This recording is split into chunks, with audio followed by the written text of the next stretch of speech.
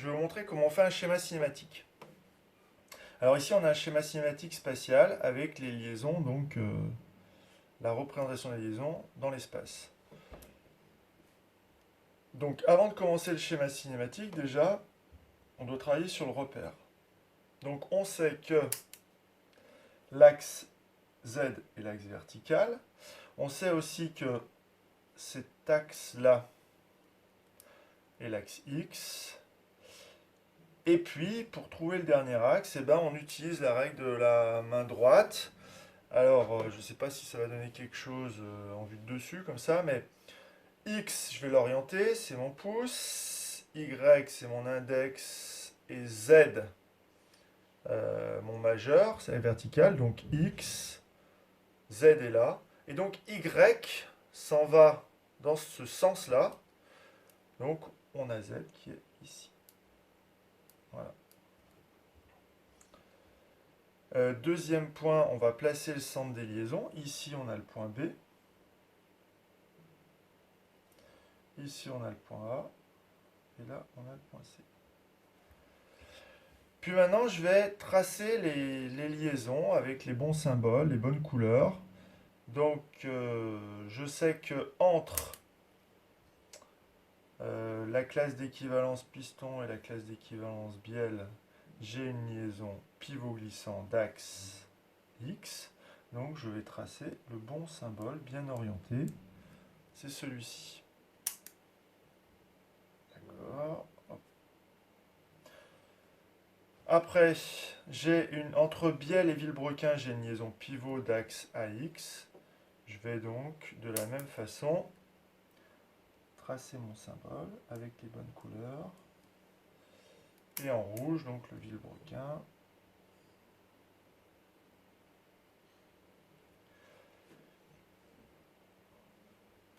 Puis, je vais tracer entre Carter et Villebrequin ma liaison, qui est d'ailleurs déjà tracée. Alors, je vais quand même repasser en rouge le Villebrequin, il est là. Et puis en noir le Carter, donc ça serait cette partie-là de la liaison. Voilà. Il me reste une dernière liaison, c'est la liaison entre le Carter et le piston. Elle est de centre B. Ça veut dire qu'il faudrait que je trace mon symbole directement ici, là, sur ma liaison. Bah, ça, c'est pas possible parce que sinon, bah, on n'y comprendrait plus rien, on verrait plus rien. Donc, je vais devoir la tracer au-dessus. C'est un cas un peu exceptionnel. C'est rare que les liaisons sont confondues, mais ici, on n'a pas le choix. Donc, je vais tracer, écarter du point B, la liaison entre le carter et le piston. Je vais la tracer comme ça. Et le piston en bleu, là, c'est une liaison pivot glissant d'axe BZ, donc j'ai bien orienté ma liaison ici aussi. Une fois que j'ai placé mes liaisons, ici, ici je vais quand même expliquer que le centre de la liaison est décalé pour des raisons de représentation.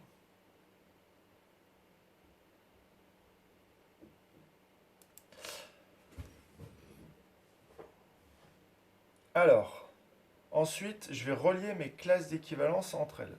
Donc, je vais relier par exemple la bielle avec la bielle. Donc la bielle, je la relie à la bielle. Voilà. Donc là, l'ensemble classe d'équivalence bielle est relié. Le vilebrequin. Le vilebrequin, je le relie au vilebrequin, comme ça. Voilà, tout ça appartient au vilebrequin. Le piston, je relie le piston avec le piston. Donc ici, il y avait déjà des traits qui avaient été représentés.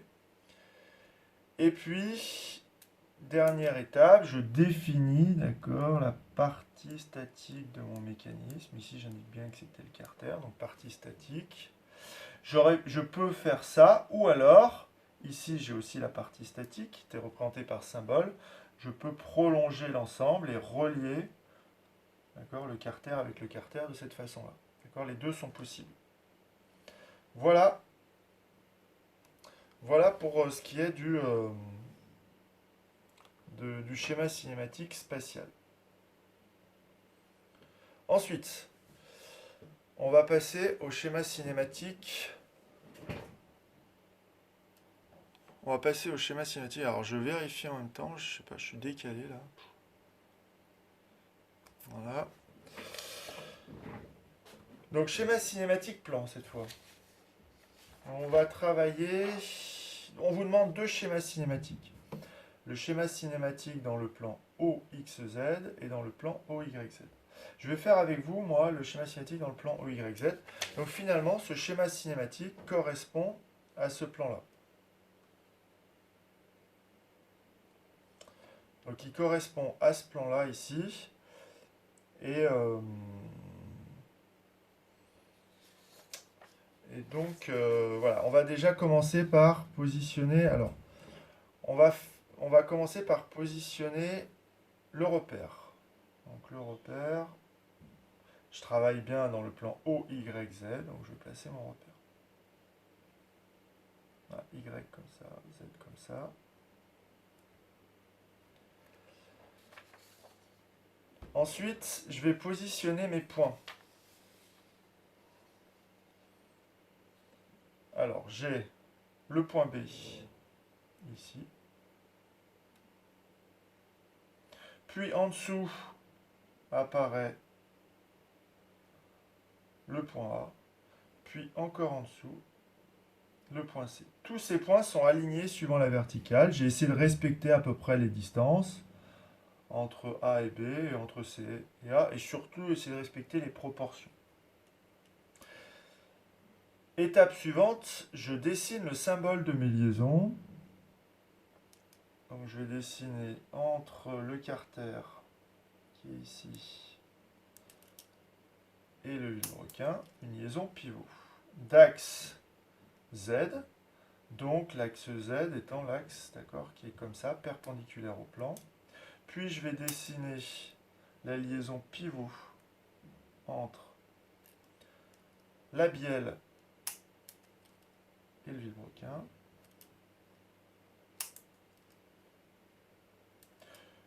Puis je dessine la liaison pivot glissant entre, entre la bielle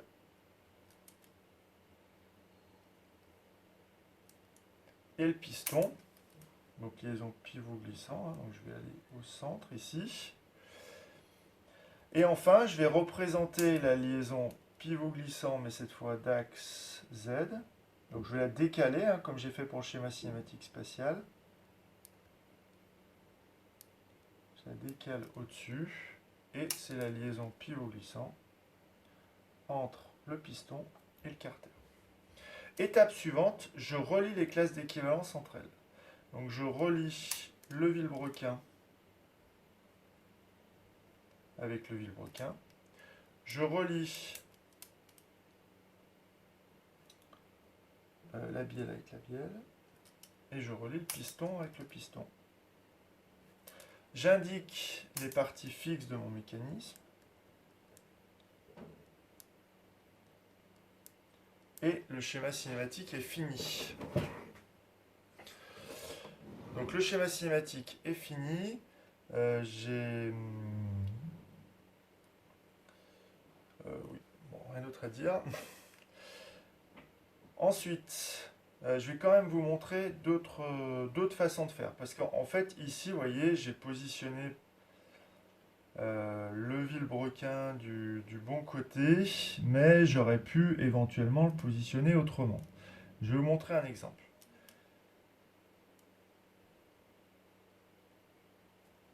Donc je vais définir ma classe d'équivalence carter. Bon. pas trop le choix, je vais mon vilebrequin ici. Par contre, ici, éventuellement, j'aurais pu faire quelque chose comme ça. C'est-à-dire dire, voilà, mon vilebrequin, il est ici. Et puis, là, ici, j'ai bien le symbole de la liaison pivot entre ma bielle et mon vilebrequin, pas de souci.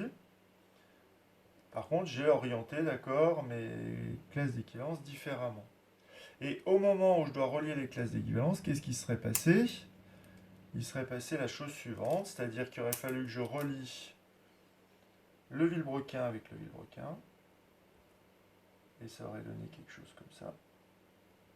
Et il aurait fallu que je relie la bielle avec la bielle. Et à ce moment-là, ça aurait donné quelque chose comme ça. Les deux sont possibles. Ici, on a donc le point C, hein, et ici, on a le point A.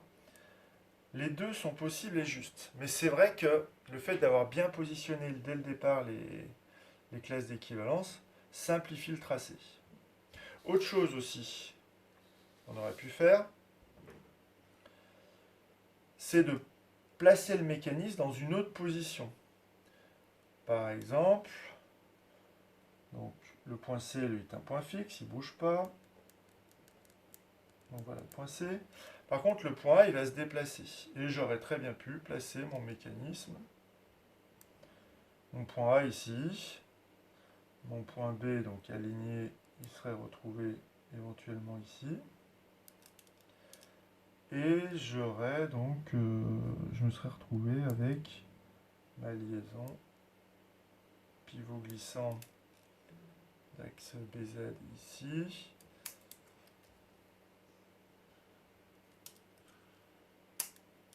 Donc je replace.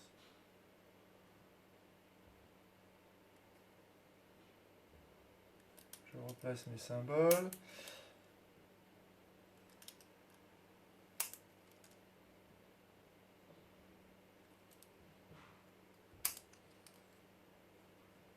Voilà. Je marque d'un trait ici. Voilà, donc là, j'aurai mon mécanisme dans une autre position. Ce qui est tout à fait possible, puisque c'est une position par laquelle va passer le mécanisme. Après, moi, j'ai fait le choix ici de représenter le mécanisme dans la position qui correspond au dessin d'ensemble. Mais voilà, ça, c'était aussi une possibilité. Donc voilà pour ce petit cours et ce petit exercice d'application. Moi, ce que je vais vous demander maintenant, c'est de représenter le schéma cinématique, mais dans le plan OXZ. D'accord? Ça sera le travail que vous devrez faire. Voilà, merci et travaillez bien.